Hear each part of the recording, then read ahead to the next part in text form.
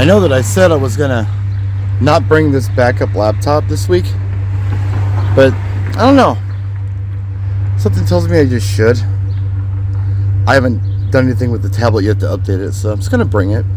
Cart, rack, X stand, and I've got a plastic contractor bag because the news says it might rain tonight. I don't want stuff to get wet on the load out.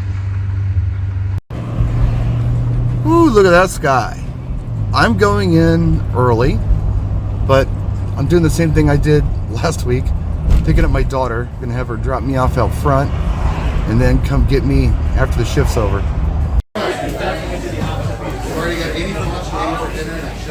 Well, I'm just chilling out at the bar having a soda because the Armory has people in it having dinner, so I might be sitting here a while.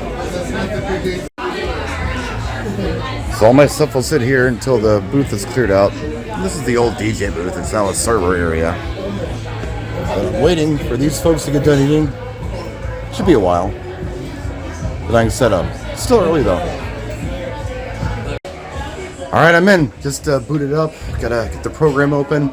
And it's like 6 minutes after. Because this room was occupied for longer than I wanted it to be. The dinner crowd was pretty crazy. They had something like 2:30 for dinner.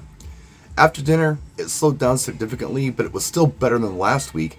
I had some dancers. They stuck around all night. There were probably, I don't know, maybe 6 different groups of people in there that I could count. Some of them looked like they were maybe work groups, and it was all ages from young to probably about my age. Other groups looked like maybe they were in their 30s or 40s. Primarily women, but there were some guys. They had a good time, and the music was all over the place. I played everything from your Lizzo/Lotto and Nicki Minaj to silly stuff that they were requesting, like, Sweet Caroline even. That was a big song. Another big one was Hall & Oates, Rich Girl. That was a request. I spent a lot of time going up to these groups and talking to them, asking them if there was something I could play for them, kind of finding out who they were. And they actually tipped out pretty good. I've got enough money in my pocket for my daughter and I to probably go to Culver's and have a burger, fries, and ice cream a couple times. And that's really what that tip money is. It's just a little bit of play money for the week. But it was fun, and I'm really enjoying my time back there. And I'm learning things as I go, not only about the staff, but about the crowds that come in there. It's different than it was, say, 25 years ago in a lot of ways. But in a lot of ways, too, it's exactly the same. And I'm starting to kind of figure out what's going on there in general. When I go up to these groups and I speak to them and I ask for their songs and I get to know them and find out why they're there, and I just kind of provide good customer service to them, which you can do when it's slow, by the way. I'm getting a lot of unsolicited feedback about what their experiences have been at this place in the past. And over again, I'm hearing the same thing, not only from customers, but from staff. And that is, it's odd that the crowd is a little more mature, yet the music they usually hear is younger. And I guess that kind of makes sense. What happens a lot of times is a DJ will come into an establishment, any establishment, and let's say they're a hip-hop DJ. They will primarily play hip-hop and try to encourage those who are there to go out and tell their friends about this cool hip-hop spot they found and bring them back and eventually turn the place into a hip-hop spot. Did you follow me on that? I don't think that's the route here. I think the route is to play to the audience. I also talked to the bar and asked them how they did, and they said they had a really good night, even though there weren't a lot of people there. Well, I was rotating the dance floor too. I was doing old and new, in different styles. I was doing rock and dance and all R&B, whatever, silly stuff. And when you do that, you give people an opportunity to come out and dance, get thirsty, and go back to the bar. Sometimes, when you look at a bar at a place like this, you'll see the same people sitting in the same seats all night long. They don't move. Well, if you give them a reason to move, they'll go out and dance, which encourages other people to go sit at the bar in their seats, and you rotate that. The bar generates more revenue. And the reason that I'm even bringing this up is,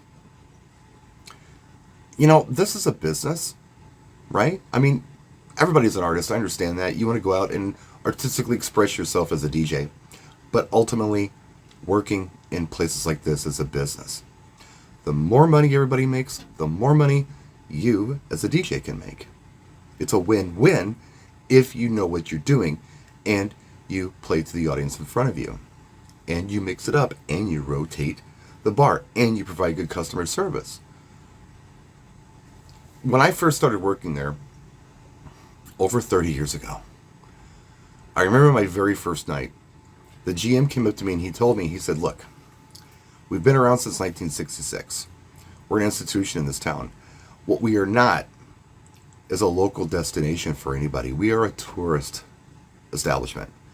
We're going to get people in here for conventions, festivals, concerts, plays, any kind of activity that's going on downtown. People will come in afterward.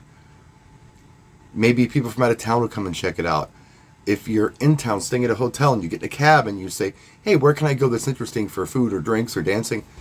The cab drivers will often say, hey, go to Safe House. It's different. It's interesting. And it is. It's a cool place. So, yeah, they didn't expect anything unless there was something going on in town. And back then, we had a lot of conventions.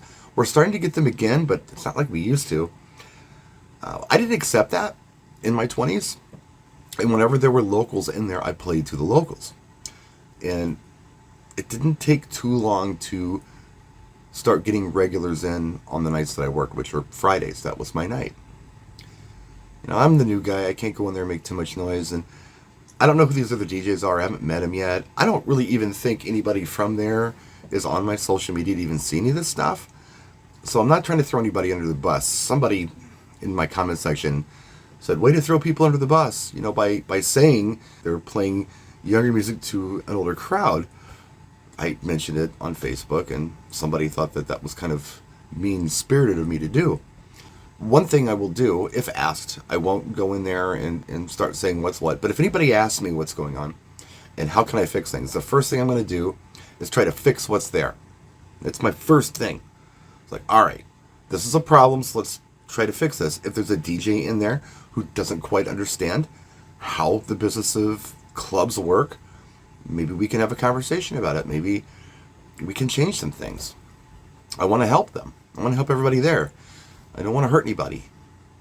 But you know what? Like I said, it's a business, If it's messing with my money and the club's money, and I'm going to invest my time there, and if anybody asks me, I'm going to tell them.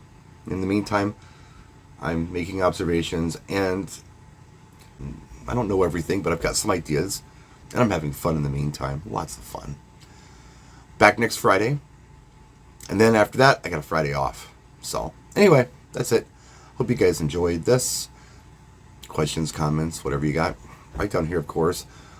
Guys, I appreciate you so much for tuning in. If you haven't subscribed to the channel, please do. It does help. Like, leave a nice comment if you can or feel like it. I'd appreciate it. We'll see you next time. Practice and enjoy.